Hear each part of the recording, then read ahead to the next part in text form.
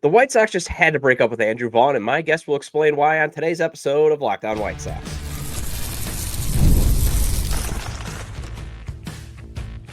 You are Locked On White Sox, your daily Chicago White Sox podcast.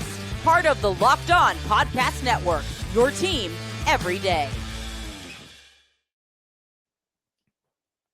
Hello, I'm your host, Todd Welter, a lifelong Sox fan. I've been podcasting here for over a year and a half and covering the team well before then, and also have covered Major League Baseball for outlets such as the Associated Press. And thanks for making Locked On White Sox your first listen every day, part of the Locked On Podcast Network, your team every day. Today's episode is brought to you by FanDuel. Right now, new customers can bet just $5, and if your bet wins, you'll get $300 in bonus bets used across the app. Download the app today. Chris Lanuti of Sox in the Basement podcast had an interesting analogy when it came to Andrew Vaughn that I wanted to get him on the show to discuss, along with the White Sox needing to get length out of their starting rotation and what additional roster decisions the team will make. So joining me from one of my actually other favorite podcasts, Chris Lanuti from Sox in the Basement. Chris, why did the White Sox basically have to break up with Andrew Vaughn? Hi, Todd. I was thinking about it when I've been watching him play in the playoffs, and I was thinking about my own life, and that hit me in the middle of the show. That was a completely spontaneous thing to say. And as I was saying it, I was like, wow, this is really the reason why they have to break up with Andrew Vaughn. And the reason is because it was never going to work with the Chicago White Sox. It just wasn't going to work. Andrew Vaughn is like that one ex you had, or maybe had more than one ex. But you had this person that very early on you thought was awesome. Everything was great. And that's when he shows up and he'll go play the outfield when you need him to. And he's out there hustling like crazy and he's getting a couple of hits and he looked really good and he was a high draft pick. And you're like, look at all the potential and you really enjoy it. And then eventually you realize it's not going to work. For whatever reason.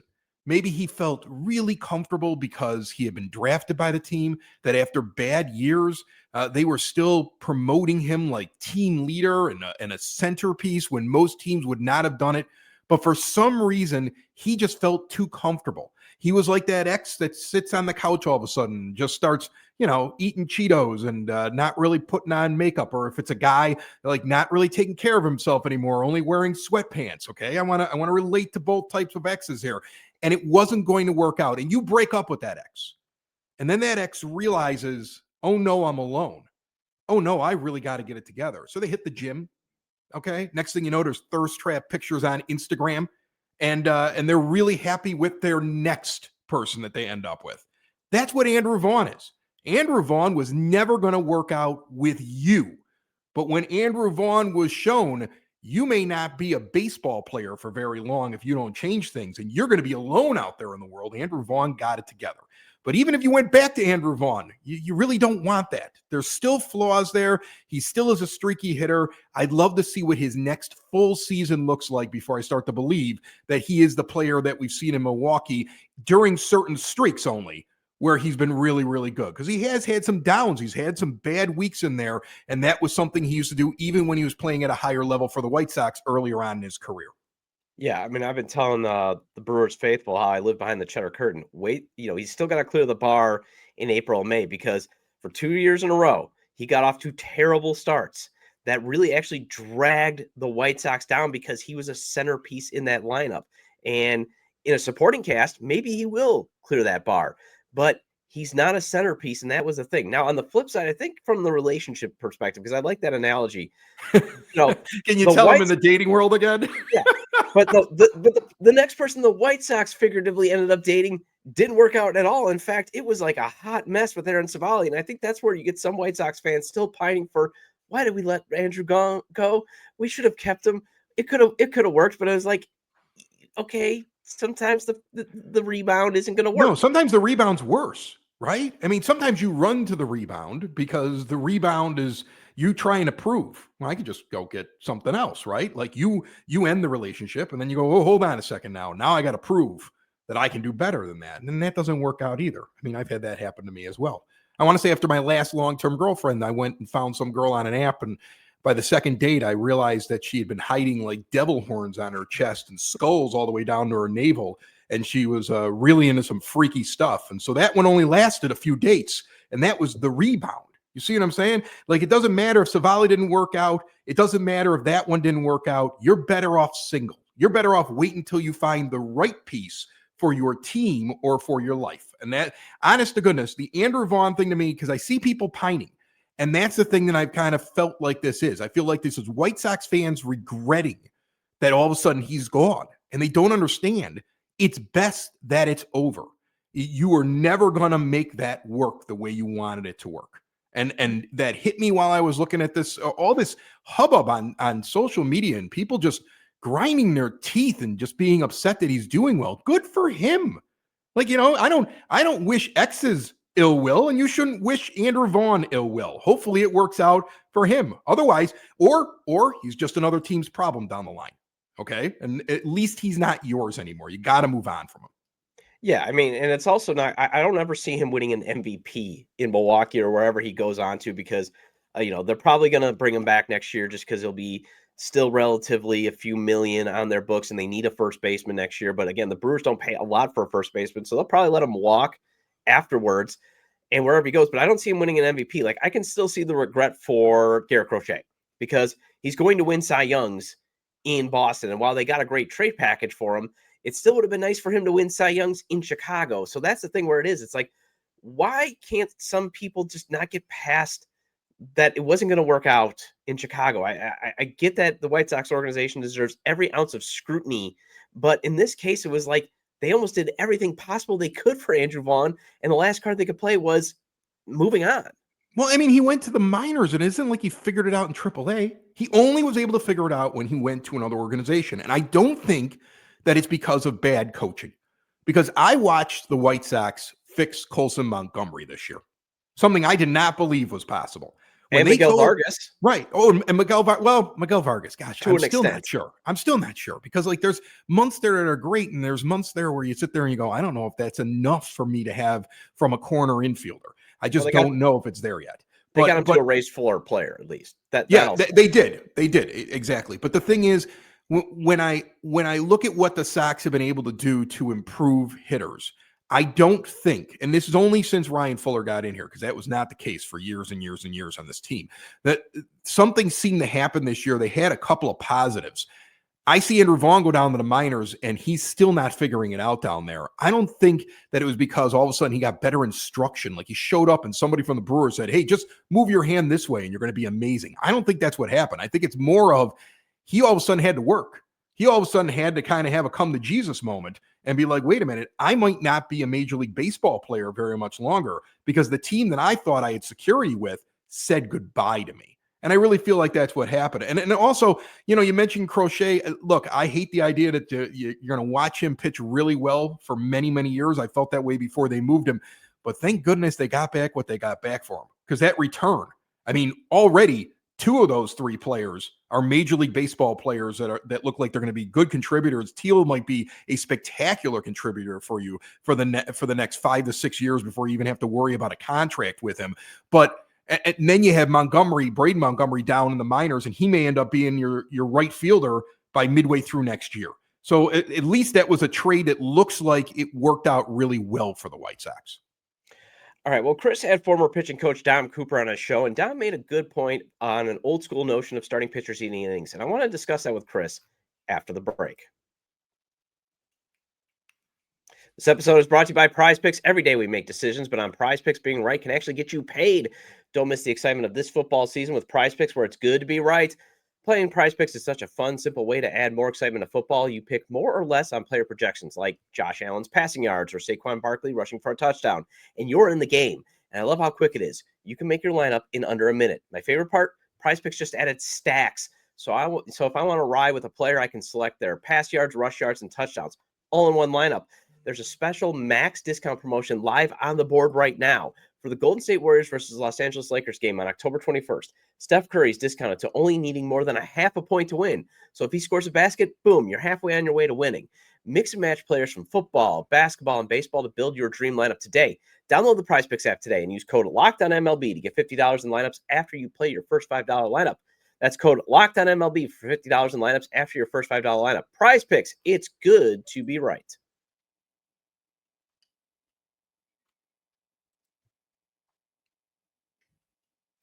Welcome back to Locked On White Sox. I'm your host, Todd Welter. Again, make sure to hit the like button on today's episode. Subscribe to the YouTube channel at Locked On White Sox. And if you can't catch the show on YouTube, you can get the audio version of the show on places such as Apple or Spotify. So make sure to follow or subscribe it wherever you get your podcasts. Either way, get your 30-minute fix of Chicago White Sox baseball venting with me, maybe some hope as well. Also, make sure to check out my written content at SouthsideSox.com, on TapSportsNet.com, and at the Fans First Sports Network. And here with Chris Lanuti of Sox in the Basement. And Chris, where can everybody find your podcast? Because I would suggest everybody, after you're done, there's a lot of good, with me, there's a lot of good podcasts out there. Sox in the Basement is one of them. Chris, where can we find your channel? We're on every podcast player. You look for it, you're going to find it. Apple Podcasts, I think, is where we get most of our downloads from. But every podcast player, there's a YouTube channel now. I've moved to some video this year. It wasn't really consistent. We're trying to get more consistent with it. I was a radio guy, so going to video has been something I've been kind of weary about. But I'm getting a little bit better at the presentation. So we do have the YouTube channel. We're on every podcast player, or go to SoxInTheBasement.com. All right. Well, Chris, you had Dom Cooper on your show, and he talked about starters, not eating up as many innings these days. Why is it actually important to get at least 6 innings from a starter? Because, you do have this new school thinking, and it's not a terrible idea, but the new school thinking is going through the third time of the order is actually a bad thing now. The funny thing about that interview is that it's the one question I never actually ask him in the interview. He's on the show for 30 minutes, and every time I ask him a question, he gets back to how angry he is that starters don't go 6. Like, every answer to every question, no matter what it may be, always comes back to him being ticked off that starters don't pitch deep into games anymore. And he's got a point. We looked it up on Sox in the Basement, just go back about 10 years ago. And you had something along the lines, I want to say, of 30 or so guys with 20 or more quality starts, which is 6 innings and 3 or less earned runs. And that's a quality start. And that number is halved right now. And there's nobody over 30. I think the highest one was 24 this year. It's something across all of Major League Baseball that is a trend, and that's why Don was upset about it. But the Sox have not done this very well ever since Don Cooper left. And the problem is, and Coop talked about it, and we talked about it a little bit more after he was on, the problem is that you tax your bullpen. You can't use the bullpen the way it was set up. You can spend all the money in the world on your bullpen, but if you're constantly going to and having to use 3 or 4 relief pitchers in every single game, and you're not able to get guys through 6 innings or into 7 or into 8 because they're trying to make these precise pitches, and because of that, they're running out of pitches, they're using up their arm too much, and they're getting pulled maybe too early, which seemed to be one of his complaints as well. But sometimes you just got to find a way to go out to the mound and get the guy through that inning and over the hump to extend his outing, because you start to take away the ability of the manager now in a game to go get the right guy, because you have more unavailable guys per game than what you would have 10 years ago, 15 years ago, 20 years ago. You may only have 3-4 guys available in that pen, and it might not be the right guy for that situation because you burned him for 2 games beforehand because all your pitchers are going 4.5, 5 innings. So that's one of the reasons why taxing the bullpen, that's the number one result of not having guys and go deep in the games. And if you look at who had the most quality starts individually in Major League Baseball this year, with the exception, I think, of one of the top 10, the other 9 are on playoff teams. And most of the playoff teams had 2 guys in the top 15 to 20. Teams that did well in the 162 and made it to the postseason have at least 1 or 2 guys that can go out there and give the bullpen a break when it's their turn in the rotation.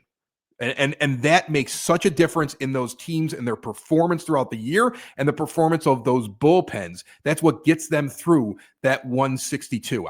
The only thing I disagree with Coop a little bit on is in the postseason, you do get an awful lot of off days, especially in that first round. So you don't need to worry about getting a guy into the 7th or 8th inning, the starters. He loved doing that, but you don't need to have to do that, because you're not going to tax the bullpen as much, because there's a few extra days off in there sprinkled in because of the TV and changing venues and moving back and forth to get all these off days. But to get through that 162, to give yourself a better chance of making the postseason, to give yourself more wins, getting the starters to go deeper is something you need to be able to do. Ethan Katz never did that. Maybe that's why he's gone. All right. The other reason why I wanted to get you on is because I actually have an hypothesis on this. Okay. Do you actually think the pitch clock and the velocity increase has actually led to pitchers tiring out earlier? Because, again, now they can't do like Hamlet or the human rain delays to basically get that power up button. Because remember, when they didn't have the pitch clock, a lot of these guys could just walk around the mound for a second, kind of get their power button up, and then make the next pitch. Now it's like, boom, you got to get that pitch out. I mean, there's a little bit of time. That's just kind of my theory about why some guys, because again, think about it. Shane Smith, definitely tired out come June. I mean, granted, it was his career innings, but then he goes on the IL, comes back, and he pitches really strong. So that's just one of my hypotheses. I don't want to shoot down your hypothesis on your own show, but I would counterpoint this. I would say you go to the gym and you're gonna lift weights. And does it really matter if you do the 10 quickly or if you take long breaths in between? You either have the muscles to do all the lifts that you're going to do in your workout, or you don't. I don't know if I've ever gone in there before and said, okay, well, I'm going to increase what I'm lifting today by an extra 10 or 20 reps, but I'm going to take a lot of breaks in between. The muscle wears out when the muscle wears out. And I look at a guy like Mark Burley and how quickly he used to work. And there are other guys that used to work that quickly back in the day. And there's guys that work quickly now that the pitch clock wouldn't impact in any way whatsoever. So I don't know if it's the pitch. It might be. I'm not saying that you're wrong about it, but I think the counterpoint to that would be that you're still throwing a certain number of pitches. And I don't know if you suddenly extend yourself a couple extra innings. I think it's more of the fact that we've gotten a brand of pitching coaches. Like, everybody wants to make as many aces as possible. There's been all this research into the shape of the pitch and the extra spin you put on things and trying to make the perfect pitch, that now you got all these guys trying to paint the corners. And Coop brought it up with the strike zone being different. He thinks the strike zone is really, really tight. And so everybody's trying to be perfect. So you're not putting the ball in the play. And if you have guys that pitch to contact or just throw strikes, you'll get more balls in the play. The defense will be more involved, and it won't take 7, 8, 9 pitches per batter or it might take 1 or 2, because you go up there and the guy swings and hits into a ground out in pitch number 1, 2, or 3 of the at bat. All right. So then my next hypothesis, because you actually just popped that in, the White Sox though had a couple of guys that tried to supposedly pitch to contact, but why would you swing when they were just throwing balls out of the zone, and Jonathan Cannon and Sean Burke? So I think that's another thing is they do have to bring in a pitching coach, because I do believe Brian Bannister, I like how they have it top down now teaching, but they got to get a guy that can help while Brian Bannister isn't there to get these guys to command the ball better, because you saw Sean Burke. One of the reasons why he couldn't get through half his starts was he was at 30 pitches half the time. And you saw Jonathan Cannon just not be special anymore with that sweeper. That sweeper looked pedestrian. Yeah, well, that's the thing that Coop said in his interview with us on Sox in the Basement. Throw strikes. That was his number one rule. Throw a strike. You've got all these guys standing behind you that are professional athletes, and they're there to catch the ball. So throw a strike, because this idea that you're going to consistently fool a batter and constantly reaching outside the zone and chasing, you might be able to pull it off every once in a while, but generally you should be able to throw the ball through the strike zone. And if you can't do that, then you're probably not a very capable starting pitcher. I think that was one of the points that he was trying to make as well. The starting pitcher is the best pitcher. These are the best pitchers that you have. These guys get paid a lot more money. That's why they should be going deeper, but they also should be your most skilled pitchers. And they're able to throw strikes and get within that zone. You can throw different pitches. And he went through. There was a point where he goes, you can throw the cutter. I love the fastball. I love the curveball. I love all the pitches. Can you throw them for strikes? And so, yes, I think that that's an issue. But the one thing I'll bring up during Ethan Katz's career that stands out to me, his career with the White Sox, is there was a half season, the second to last season before Dylan Cease left, okay, where in the second half of the season he pitched to contact. And suddenly he was going much deeper in the games. And then it was almost as if it was a reset the next year to get back to trying to be precise. And he had his most effective run with the White Sox when all of a sudden he was just pitching the contact. And I remember him talking about that a little bit in post-game press conferences. I think Scott Merkin brought it up on our show. That's something that he discussed with him, that he did for a time start pitching, throwing strikes, and not worrying about the guys who are out there fielding. And that could also be a problem because we haven't had the best defense in the last couple of years. All these things are interlinked. But I do think the next pitching coach has to be a guy that focuses on throwing strikes and going deep in the games. All right, well, the White Sox have already cleared out some roster spots, and let's discuss with Chris about who else needs to go, and that is after the break.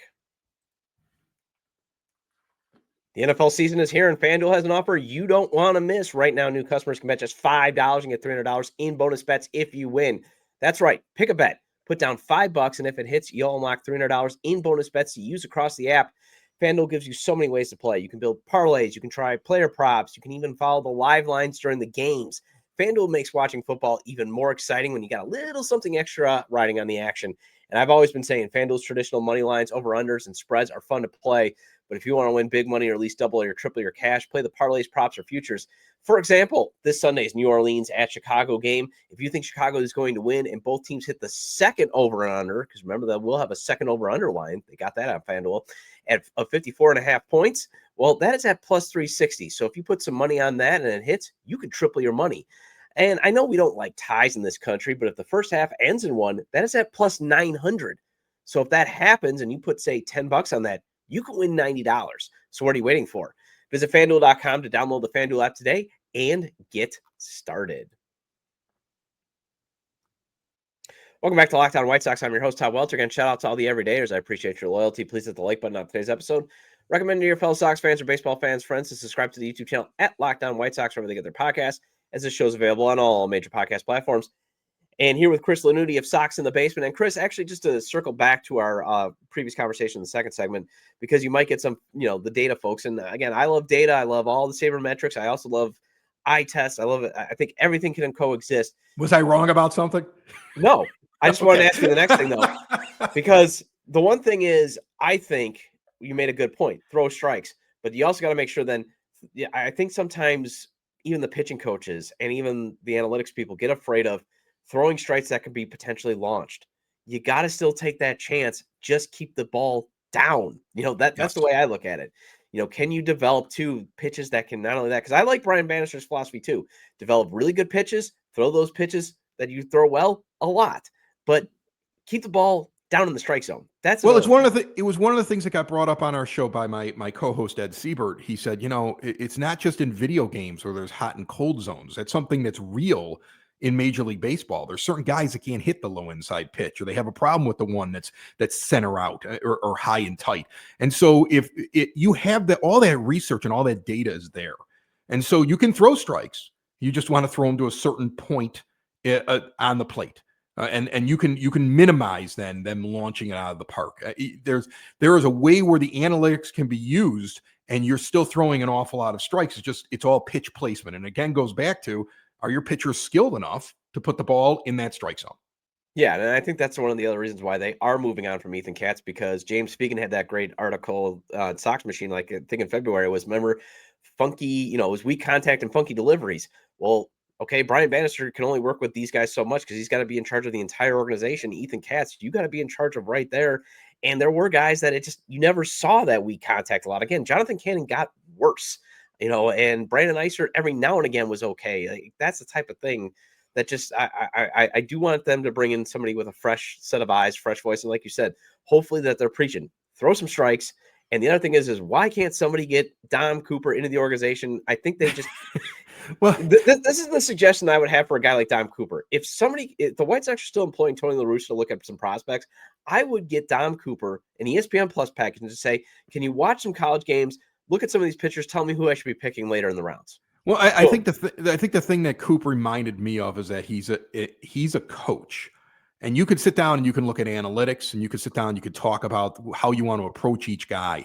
But he's the guy that goes out there, and he gave examples of it, where you go out there and a guy doesn't feel any confidence and you build him up. Like he talked about 2005 John Garland, how he wanted to see if he could go deep in the games, and he would argue with Jerry Manuel all the time about the fact that he felt like Manuel was pulling him out early.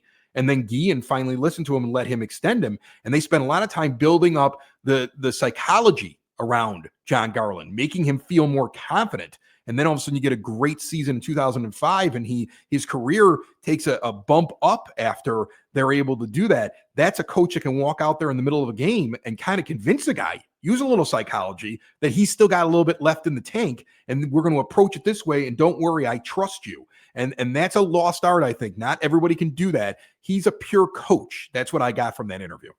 Yeah, and I mean, that's the one thing that, again, when it comes to a pitching coach, you kind of want to have a little bit of slice of that. So last year, I remember listening to an episode where you had a good take on Jacob Amaya, getting DFA'd and then brought back because they probably likely missed out on a guy that they wanted to bring in. So who do you think is going to be this season's Jacob Amaya that they just keep DFAing and maybe they'll bring back? Technically, you can't DFA Corey Jolks or Dominic Fletcher because they had options, so they just outrighted them off. But who is this offseason's Jacob Amaya? Gee, I don't know. I know that they have to make some moves, though. That's the thing. I mean, like, I'm of the belief, and James Fox from Future Sox said it on our show over the last couple of weeks. I'm of the belief that they could make the argument that, hey, we've got all 9 of our spots.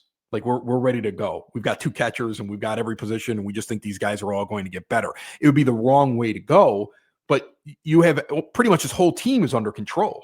Like everybody's pre-arb on this team. There's only a couple guys in arbitration. The vast majority of this team is pre-arbitration. They just hold all of these young players, but they've got to make some changes. And an example would be Lenyn Sosa is not very good at defense, but I guarantee you that there's teams out there that would like that kind of control, and the guy that's going to hit 25 home runs that could go in and fill in a couple of different spots and give them some pop. And you could maybe take one of the plethora of 4th and 5th starters that you have that are controllable that other teams don't have.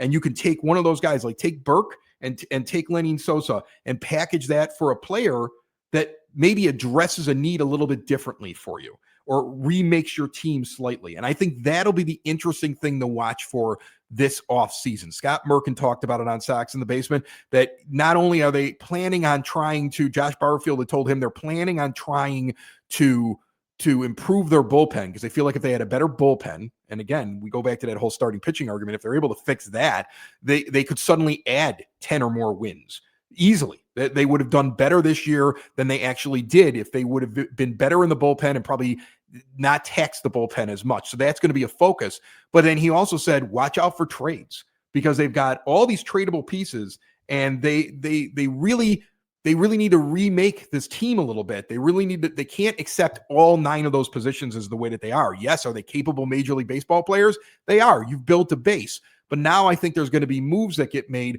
where you might move a guy like Sosa that would be valuable to another team, but it's just not good enough for what you're trying to do, because you need to have guys out there that can feel feel it. And you can throw in one of these pitchers that you have, because you have so many 4th and 5th starters, I believe, in this organization right now that are controllable, and maybe upgrade or at least change the makeup of the team. And I think maybe they add a little bit in free agency. I mean, they have barely anything on the books. They barely have anything on the books on this team.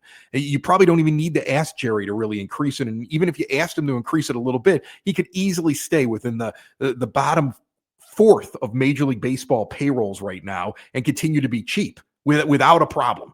And so I think those are the things that you look for. But I don't know. That Amaya story last year was so ridiculous and really showed that they missed something there. They made a mistake somewhere to release a guy, to lose him to some other team. And then the moment that team releases him, to grab him up real quickly, because he isn't a good player. Like he was not going to contribute to anything for you this year. They got to avoid little mistakes like that. Yeah, I like that you brought up that they are going to be focusing on the bullpen, because I do think they have to get better in high leverage. Plus, on that, I hope they realize too, if Will Venable's going to try to be this forward-thinking guy of, hey, the highest leverage out may come in the 6th or the 7th inning. Okay, that's fine. But say if the game still stays 3-2, like you just said, there were times where Will Venable was trying to manage that, but it was still 3-2 in the 9th inning, and then all of a sudden it's like, I got to go with Brandon Eisert. And it was like, he is not a high leverage guy. Right. So they have to upgrade that. And the thing is, I'm trying to educate at least, the White Sox audience, and I hope they also listen to you. The best way to educate the audience is for those that have the real scrutiny with Jerry Reinsdorf and saying, oh, they're not going to spend. Well, again, like you said, if I think I figured it out, like if they had to put all that money for like the rookie contracts and set aside, it's still like $59 million that they're going to have committed. They're still having $25 million probably to spend if the payroll was still $82 million. So the one thing I want to see them do is at least go get like a $7 to $10 million starter, or at least go get a bargain bin free agent pitching starter instead of shop at the scrap heap. I don't know if you see it differently. No, I think here's the thing. I think this team in the offseason goes and finds themselves if they don't pick up the option on Martin Perez, and we've argued back and forth as to whether or not that makes any sense. They're gonna go find somebody, hopefully, that eats up innings, that sits in the middle of their rotation. The structure for this team's starting staff long term seems to be that they have 4 guys down there that they think have high enough ceilings. that are in the minor leagues or got a taste in the major leagues in the bullpen this year that they believe could end up being a 1 or 2. And their owner's never going to spend the money that it costs for a real 1 or 2. So they're hoping those guys develop. And then they've got the younger guys, and they've just got this mishmash of players that they're just trying to figure out, do we have capable starters that can sit at the 3, 4, 5 position? And they've done a really good job over the last couple of years of going and finding a pitcher out of nowhere that performs really well. And they either trade him or it's a Shane Smith type thing. And so I think that's what I see them going and doing with their starting staff. And then I think a bat needs to be added. I think you need to add more home runs to this team. I think you should be able to do that with some of the money. And then I think you can address your bullpen. I don't think it's going to be, look, if it were my team, I would say I'm in a major market. I'm in the city of Chicago, and I'm not going to spend like a pauper. But it's not my team. It's been Jerry's team for 40 years, and that's why it's gone the way it has for the last 40 years. Yeah, well, what I talked about on yesterday's episode, the thing that irritates me the most about Jerry isn't that spending the money on the free agency, because, again, that can be dangerous waters. You can get bad money on your books really quick. It's keeping the guys that you develop, because one of the reasons, again, I love the return that they got, but one of the reasons why they traded Garrett Crochet was they were never going to pay him $170 million. And that's the thing that frustrates me. The final thing, though, that I like that you brought up is, again, trading some of the excess that they have. I think they really need to get an upgrade, a future piece at center field and at first base, because, again, they don't have anybody once they get rid of Luis Robert Jr. in the system. I don't know if you're seeing it differently. No, I think that eventually you would do that. I think it makes sense that you definitely need another outfielder, and I think you need a first baseman that hits a lot of home runs. Look, baseball hasn't changed that much. Corner outfielders and corner infielders should be hitting bombs, right? Like if you got a guy that stands out there in one of those positions, one of those 4 positions, and they're not hitting at least 20, there's an upgrade potential right there for your team. And if that's the thing, your corner infield position guys generally should be guys that are producing an awful lot of power. And, home runs still matter in Major League Baseball just as much as those quality starts. It's really easy to just kind of go in and say, which teams had a lot of home runs this year? Which teams had a lot of quality starts this year? It's not always about payroll. Yes, there's some high payrolls that are in the postseason, but there's also some lower payrolls in the postseason, but they were able to do well in those numbers and those categories that I just brought up. That's still the secret. Defense and pitching wins championships still. And the long ball, though, is very, very important. And again, getting deep into the games with your starting pitchers. It's not rocket science, and you don't have to go out and break the bank to improve in those categories this offseason. All right, well, this wraps up this edition of Locked On White Sox. Thank you for making Locked On White Sox your first listen every day. For your second listen, check out Locked On MLB Game Night. Every game, every night until World Series champion is crowned. Get local analysis on a national scale. Find MLB Game Night on Locked On MLB on YouTube or listen to your podcast. I'll be back on Monday with an update on how the White Sox prospects did in Week 2 of the Arizona Fall League. Chris, again, where can we find all your great content? Sox in the Basement is found anywhere podcasts can be found, YouTube and soxinthebasement.com. All right, feel free to leave comments about today's discussion on the episode page on YouTube via email, lockedonwhitesox@gmail.com, or leave them at X, formerly Twitter, at LockedOnSox or at ToddJDub. Also, make sure to like today's episode on YouTube along with subscribing to the YouTube channel. Also, subscribe it wherever you get your podcast and leave a 5-star review. Have a great day. Have a great weekend, and I will talk to you Monday.